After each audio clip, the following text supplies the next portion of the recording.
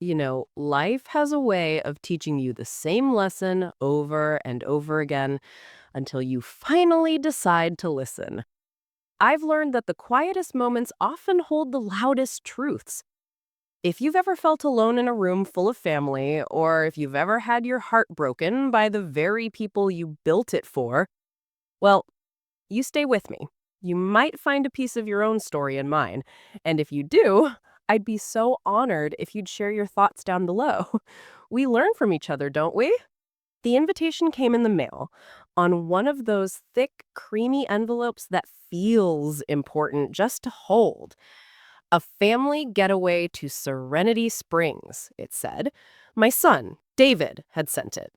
At 74, you don't take such things for granted. The anticipation was a little bird fluttering in my chest. A whole week with David, his wife Chloe, and my two grand angels, Lily and Noah. Maybe, I thought, just maybe, this was the chance to bridge the quiet distance that had grown between us, a distance that felt wider than the 3,000 miles that usually separated my little Indiana town from their sleep New York life. The drive from the airport should have been my first clue. David was driving, Chloe in the passenger seat, her phone held up like a compass, dictating our route. The children were in the back with me, but they were in their own worlds, little screens casting a blue glow on their sweet faces. I tried. Look at those mountains, Noah. Lily, did I ever tell you about the time your father and I camped in the Smokies? A grunt from Noah. An absent-minded uh-huh from Lily. David and Chloe were talking about stock portfolios and a new minimalist architect they had hired. My words, my little offerings of memory, just seemed to dissolve into the hum of the luxury SUV. What they never asked about, and what I never offered, was why Serenity Springs sounded so familiar to me. After my Arthur passed, God rest his soul, when David was only 14, I had to find a way to keep a roof over our heads. I took a job as a bookkeeper for a small, struggling resort. I saw its potential. I saw its soul. I worked there for 30 years, not just balancing the books, but learning every pipe, every contract, every heartbeat of that place. When the owner decided to retire, he came to me. Eleanor, he said, you're the only one who loves this old girl as much as I do.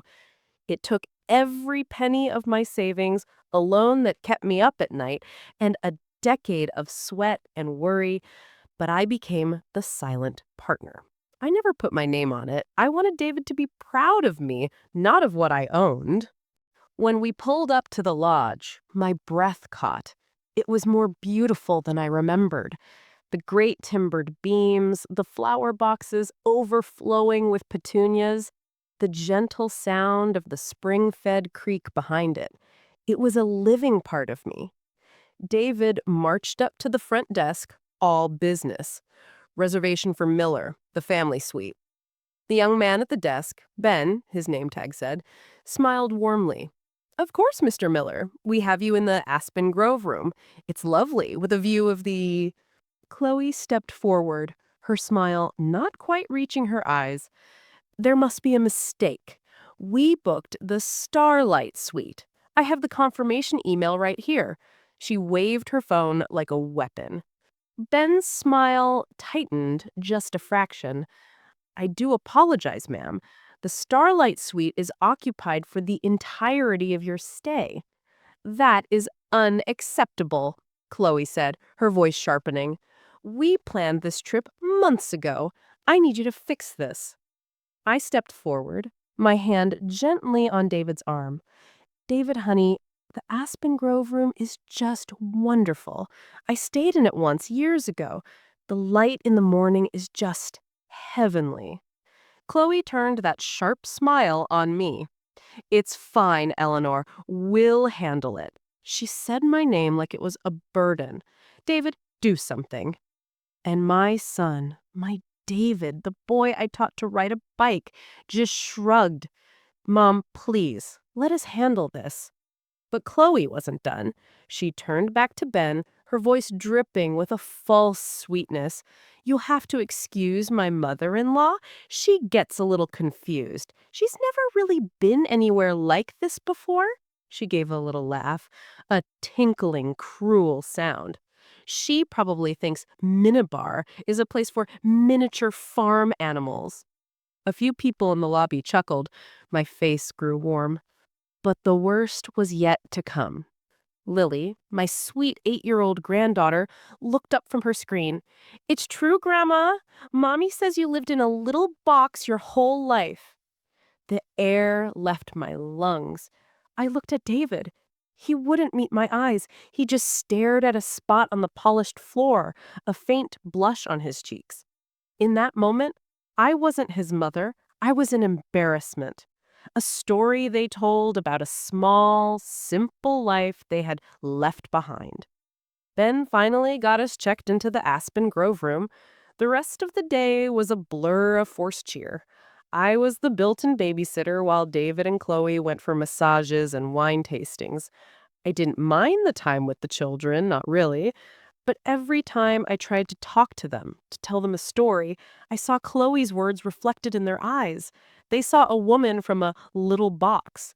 That night, I couldn't sleep. The loneliness was a physical ache.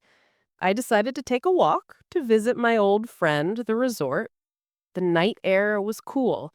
I found myself down by the creek, sitting on my favorite bench, the one dedicated to Arthur. I was lost in the sound of the water when I heard them, their voices carried from the hot tub on the patio above.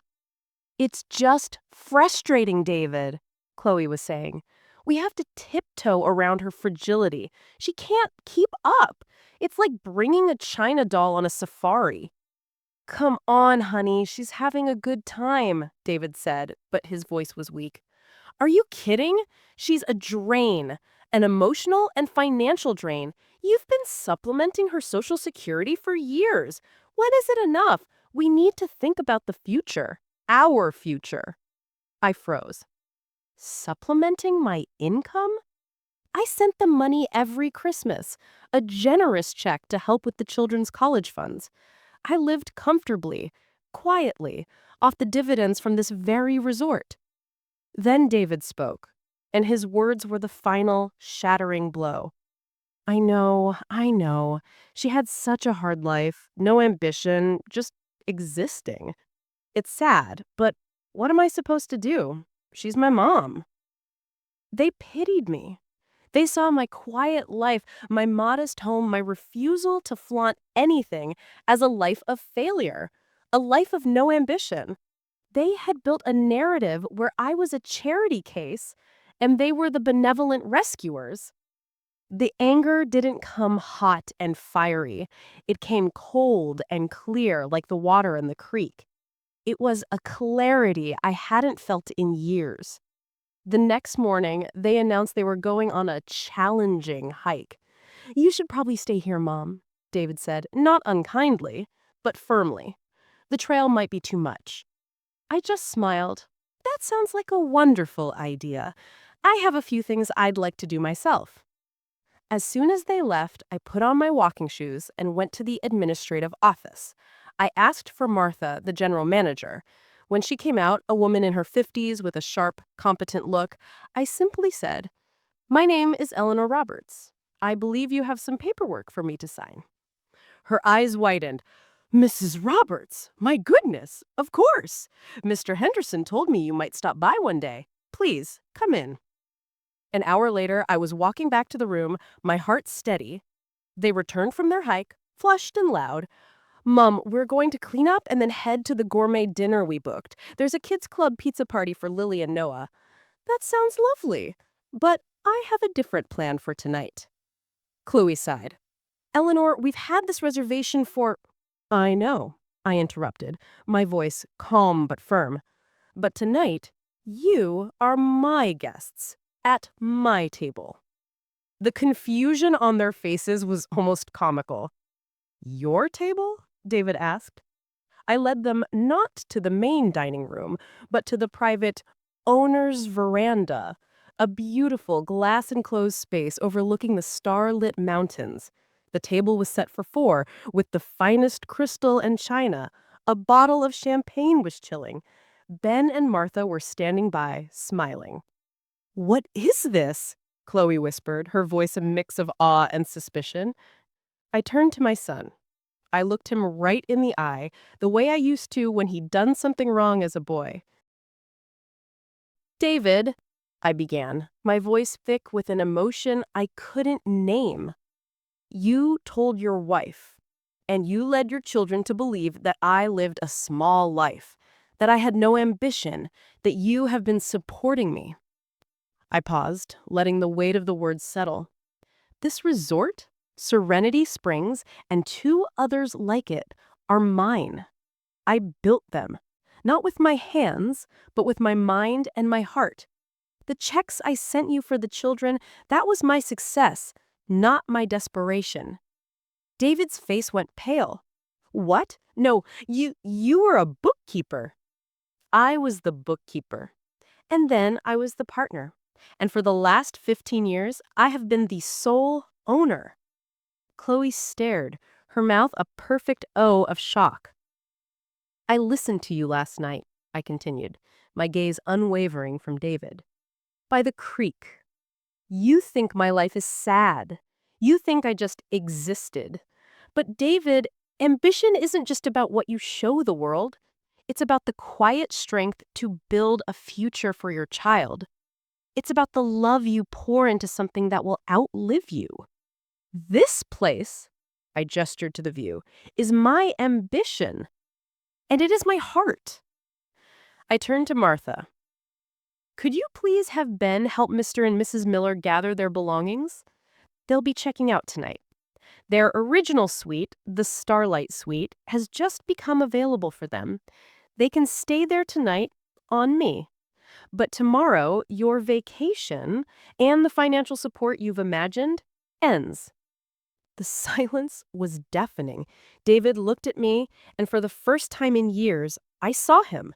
Not the successful financier, not the harried husband, but my boy. And in his eyes, I saw shame and shock and the dawning of a terrible understanding. "Mom, we didn't know." "That's the point, David. You never asked." They left the next morning. The goodbye was quiet, stiff. The children were confused.